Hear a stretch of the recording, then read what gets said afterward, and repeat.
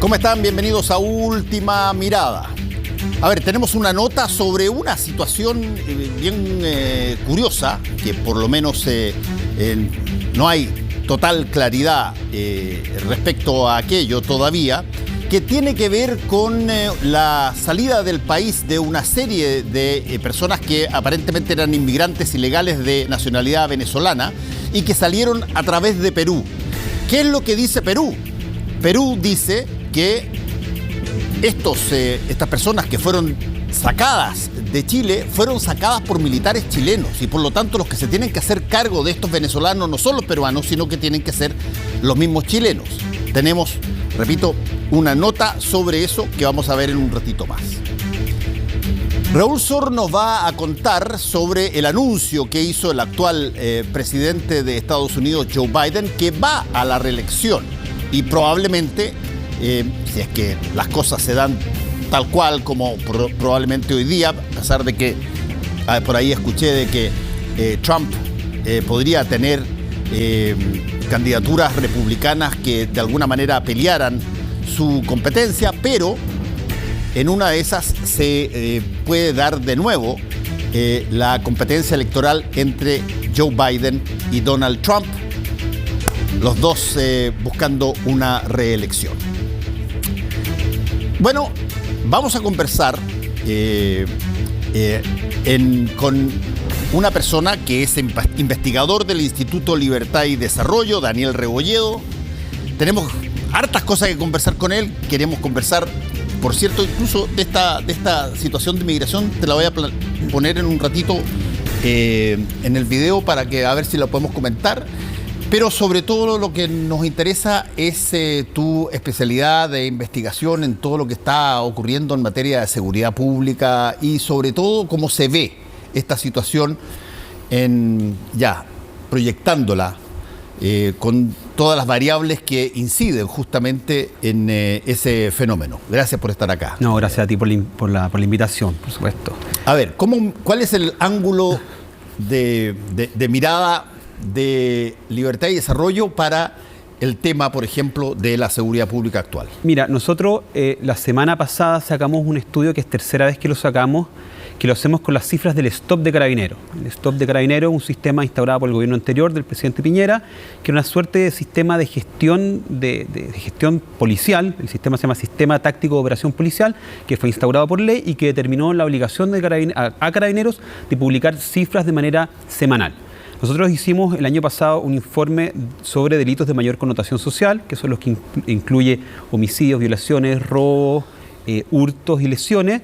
Hicimos uno del primer semestre, uno para cerrar el año y ahora hicimos uno de los primeros 3 meses de este año.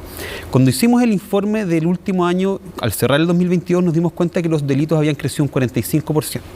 Ahora, siendo honesto, porque esto hay que hacerse trampa en el solitario, igual nosotros veníamos por un periodo de 2 años en que los delitos habían disminuido de manera brusca a propósito de las restricciones sanitarias de la pandemia. El país entero se paralizó el comercio y también se paralizó, por supuesto, los delitos, que es parte también es una empresa. Sin embargo, el informe que hicimos de los primeros 3 meses de este año ya no está, por así decirlo, contaminado con esta desvirtuación de una comparación de una vara menor, y vimos que los delitos de mayor connotación social están creciendo en un 14%.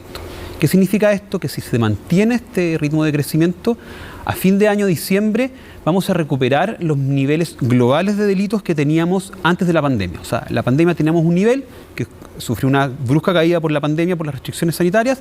El año pasado recuperamos gran parte de esos delitos y este año estamos en vías a recuperar eso. Eso por primera parte. Pero igual me gustaría mencionar otra cosa, porque finalmente hablar de los delitos globales uno pierde un poco el detalle de la ponderación de cada delito.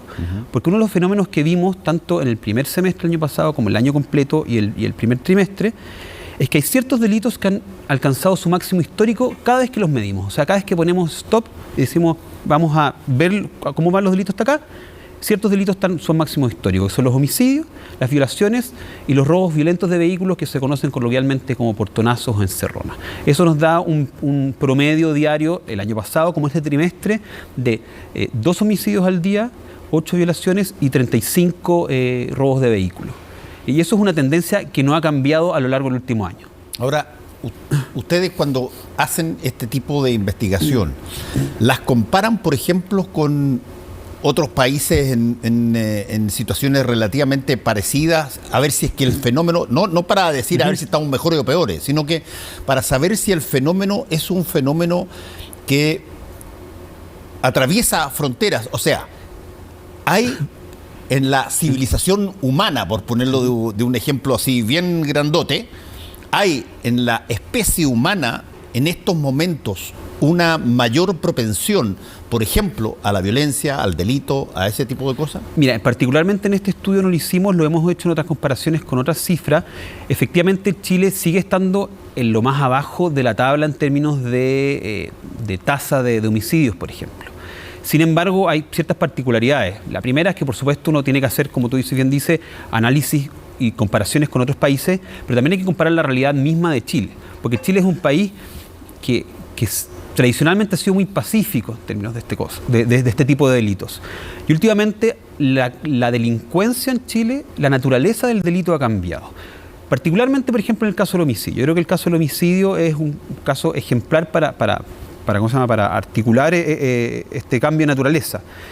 Yo tengo recuerdos, ya no soy tan joven, de que el delito de homicidio hace 20 años era muy puntual relacionado a crímenes pasionales, claro, a lo que era la prensa roja. En su momento había un diario muy famoso que siempre sus portadas eran de prensa roja y siempre eran crímenes pasionales, mató a la vecina porque estaba con otro, cosas de ese estilo. Sí, hay uno clásico ahí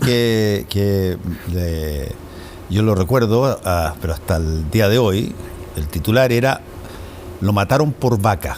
Sí, perfecto, sí, yo me acuerdo de eso.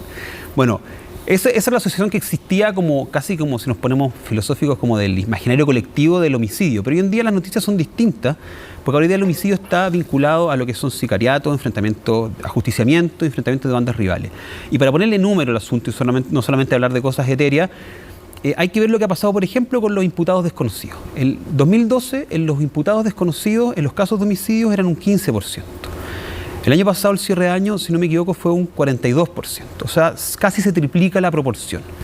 Y eso tiene un efecto también en las sentencias condenatorias. El 2009, el 72% de los casos de homicidio terminaron la sentencia condenatoria. Hoy, al fin del 2002, fue un 48%, porque están relacionados estas dos variables. Es decir, menos de la mitad de los casos de homicidios que ve la Fiscalía en el año terminan una sentencia condenatoria porque efectivamente no saben quién cometió el delito. ¿Por qué? Porque estos delitos están más vinculados hoy en día a lo que son bandas de crimen organizado. Ya no es un crimen pasional donde la víctima y el victimario están ahí juntos, llega las policías a hacer las primeras diligencias y los ven y está todo más o menos claro. Eso ya no está ocurriendo. Eso es lo que está cambiando en este momento. Claro, hay un... La situación de bandas organizadas, entre otras cosas, una de las organizaciones básicas es que no los pillen. Claro. Y por lo tanto... Por algo se organizan. Claro, exactamente. Y por lo tanto, la comisión de delitos se encubre. En los casos clásicos que tú llamabas de...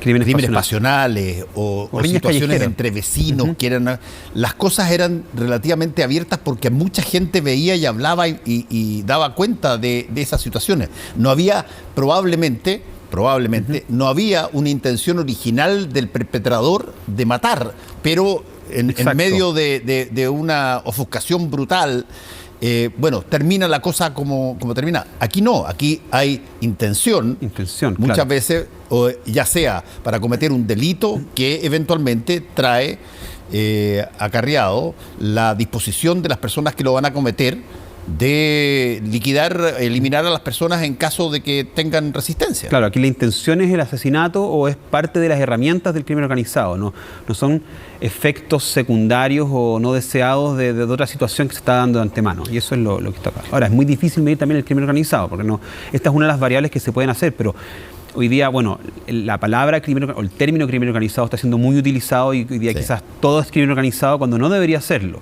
Es difícil medirlo, pero a través de algunos delitos se puede medir. Por ejemplo, lo que está pasando con los homicidios, las cifras que te acabo de mencionar, o el hecho de que están aumentando y alcanzando cifras históricas cada vez mayores el tema de los robos violentos de vehículos. Porque el robo violento de vehículos, uno lo ve, claro, como en las noticias, la imagen de que te están asaltando con pistolas para robarte el auto, pero detrás de este delito hay toda una cadena detrás. O sea, finalmente, esconder un auto o vender un auto no es como robar una billetera, robar un celular que uno puede ir a venderlo al persa el domingo y puede liquidar al tiro el bien. Hay toda una cadena detrás de un lugar donde hay que, o sea, si se están robando en promedio 35 vehículos, o sea, violentamente al día, hay que tener una serie de lugares donde dejar estos vehículos, donde desarmarlos, donde borrar. Hay una logística. Sí, una logística grande. Hay que borrar la trazabilidad, donde si es que se va a vender por piezas, desarmar el auto para venderla por las piezas y tener lugares de confianza donde ir a dejar estas piezas para venderlas. Ahora, inevitablemente llegamos a este punto, que cuando se discute eso, tal cual como tú lo estás señalando, el fenómeno de nuevo de comisión de delito, como yo lo he dicho varias veces acá, pero lo voy a repetir porque encuentro que es tan buena la frase, que los Lelutier, este grupo uruguayo, tenía una frase muy buena que decía: errar es humano, echarle la culpa a otro es más humano todavía. Y claro, cuando nosotros estamos en una situación que vemos que crece, inmediatamente hay que destinar algún tipo de responsabilidad. ¿A dónde nos vamos? Lo más fácil y lo más a mano son la inmigración. Sí. Es lo que está sucediendo hoy en día. Uno lo ve en las encuestas, en varias encuestas, que la primera responsabilidad es por la inmigración. O sea, en órdenes del 60% la gente dice que ha aumentado la delincuencia en virtud de la inmigración. Por supuesto, mira, hay dos cosas. Es un tema muy delicado, es un fierro caliente que muy poca gente se atreve a tocar porque es muy complejo. Yo creo que lo primero que hay que hacer acá no es centrarse en las nacionalidades o en las personas mismas. Lo que sí hay que tener conciencia, y no hay que ser ingenuo, es que las redes o los pasos o la logística por la cual ingresa la inmigración ilegal es la misma logística que es utilizada para el contrabando, para el narcotráfico, para la trata de personas o para el ingreso de armamento. O sea, tampoco hay... Y por supuesto, si uno ve esto, bueno, como te decía antes, es difícil medirlo. Si uno ve entrevistas de personas especialistas en el tema que están como fiscales, igual admiten que hay ciertos delitos que han surgido nuevos, que ellos lo vinculan a violencia específica de la inmigración, pero ahí reducirlo a que es la inmigración yo creo que no corresponde. Lo que hay que centrarse efectivamente es que el problema más que la inmigración es la porosidad de la frontera. La porosidad de la frontera permite que ocurran, bueno, cosas como la inmigración ilegal en masa, que está ocurriendo hoy en día y que por supuesto está causando, como ha pasado en todo el mundo, que cuando existe inmigración en masa, sobre todo de países que quizás no comparten tanto la cultura idiosincrática del país, aunque en caso de Chile no es tan así, como no es tan fuerte el caso como por ejemplo lo que pasa en Europa con los musulmanes, se genera esta distancia del otro. Y es como, es lo que te genera finalmente también, puede generarte el peligro del populismo, que es lo que también es un fenómeno que está muy creciendo hoy día en el mundo. Eso es muy interesante lo que estás planteando, porque hay ciertas cosas que de alguna manera generan en las personas una suerte de lo que los gringos llaman nudge, un empujoncito, así como que, a ver, va en esa dirección. Cuando tú ves personas que son distintas a ti, por ejemplo, racialmente, ves personas que son distintas a ti en todo orden de cosas, la tentación de poder inculpar al diferente, al distinto, al que no estaba aquí hace una serie de años, es muy rápida y se hace inmediatamente, y se hace tanto con los venezolanos, los colombianos, los peruanos, en fin. Ese tipo de situación, no olvidemos que el propio presidente Piñera llamó a los venezolanos para que vinieran a Chile y bueno, varios de ellos llegaron acá, no digo que es la única causa. Que es la única causa, pero normalmente, y por eso saco a colación al presidente Piñera, porque en ese tiempo todavía no había una sensación de que la inmigración era pero perversa por sí mismo, o que traía escondido debajo una situación que podía afectar el país. Ahí se reduce básicamente a un tema de números, o sea, porque finalmente, si es que tienes una inmigración muy incipiente que empieza a llegar al país, en números que todavía no generan saturación de servicios, o sea, igual también hay que tener algunos datos en la cabeza. En las 3 regiones de más al norte, la proporción de imputados extranjeros es mayor a la proporción de la población. También hay un fenómeno ahí que hay que ver. Pero sí, claro, cuando empieza a haber una explosión de inmigrantes, que es lo que empieza a pasar a partir del 2018, nosotros hicimos un estudio al respecto, claro, ya no pasa a ser la anécdota. Ya no es la anécdota de que viste una persona extranjera distinta y le llegaste a tu casa a comentar con tus amigos, sino ya es como parte permanente del paisaje, por supuesto. Bueno, en sociología lo llamamos el elemento vicario, que es como donde tú reduces toda ciertos como constructos, una cosa que, bueno, uno se podría armar en una bola en ese sentido. Pero es como, claro, es la respuesta más fácil. Ahora, yo quiero insistir, tampoco hay que ser ingenuos de que sí hay un problema en Chile de inmigración irregular, descontrolada, que hay una porosidad de la frontera que es muy fuerte y que esa porosidad de la frontera no es solamente utilizada por inmigrantes que vienen cruzando la frontera para buscar mejores oportunidades para su familia, sino también es utilizada por los llamados coyotes, por gente que quiere ingresar armamento ilegal, droga y un sinfín de cosas que son perjudiciales para el país.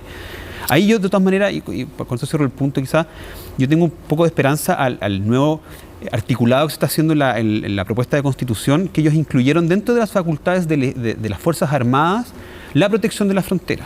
Porque hoy en día las Fuerzas Armadas, que son 3, la Armada y la Fuerza Aérea tienen protección de la frontera. Ellos, la Directemar, la GAC, ellos protegen respectivamente las fronteras marítimas y aéreas. La protección de la frontera terrestre no está en manos del Ejército y yo creo que podría estarlo mediante una efectiva capacitación y teniendo un organismo interno como similar a Directemar que se preocupe de esta medida. Pero finalmente nosotros tenemos, por eso yo encuentro que es positivo lo que hizo el presidente Boric, siendo que somos de veredas distintas, el hecho de haber impulsado este proyecto de infraestructura crítica. Lo único que hay que reparo es que sigue siendo algo temporal para un fenómeno que va a ser permanente. O sea, la nota que adelantaste, Fernando, anteriormente, muestra que no es una crisis, la de la inmigración propia de Chile, es una crisis de 7 millones de venezolanos que escaparon y que están en la región completa. Entonces, finalmente hay que tratarlo de manera multilateral, y de manera también permanente con los recursos que tenemos. Sí, hay otra variable que hay que recordar de tanto en tanto. Uh-huh.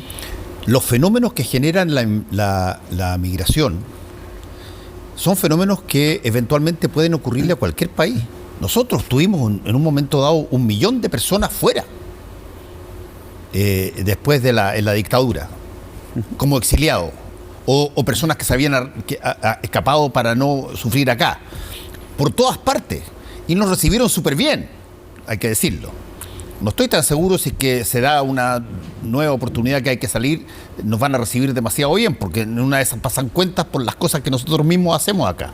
Pero ese fenómeno es un fenómeno que es bien interesante, como lo planteaste tú cuando estableciste la relación en Europa con las distintas religiones o nacionalidades donde ya tú ves el inmigrante. Pero cuando tú sales, por ejemplo, de viaje turístico, uh-huh.